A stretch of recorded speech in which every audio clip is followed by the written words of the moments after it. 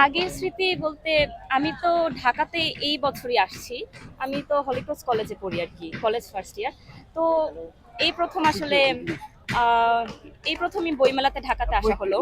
অন্য সময় ব্রাহ্মণবাড়িয়াতে বইমেলাতে গিয়েছিলাম, তো এই বছর ঢাকাতে প্রথম, এবং এসে ভালো লাগতেছে।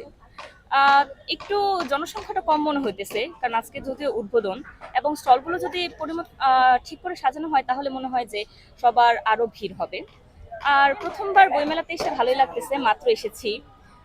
ঘুরে দেখতেছি, সবগুলা স্টল ঘুরবো, বই কিনবো, পড়বো, এবং সেই বই পড়ে যে জ্ঞান অর্জন করব তা সবার মাঝে বিলিয়ে দেওয়ার মধ্যে আসলে আনন্দ আছে।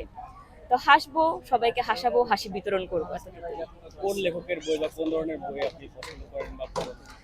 সব লেখকই তো তার সুচিন্তিত ধারাকে বইয়ের মধ্যে প্রকাশ করে, তার মনের ভাবকে। সেই ক্ষেত্রে প্রতিটা লেখকেরই নতুন চেতনা প্রকাশ পায়।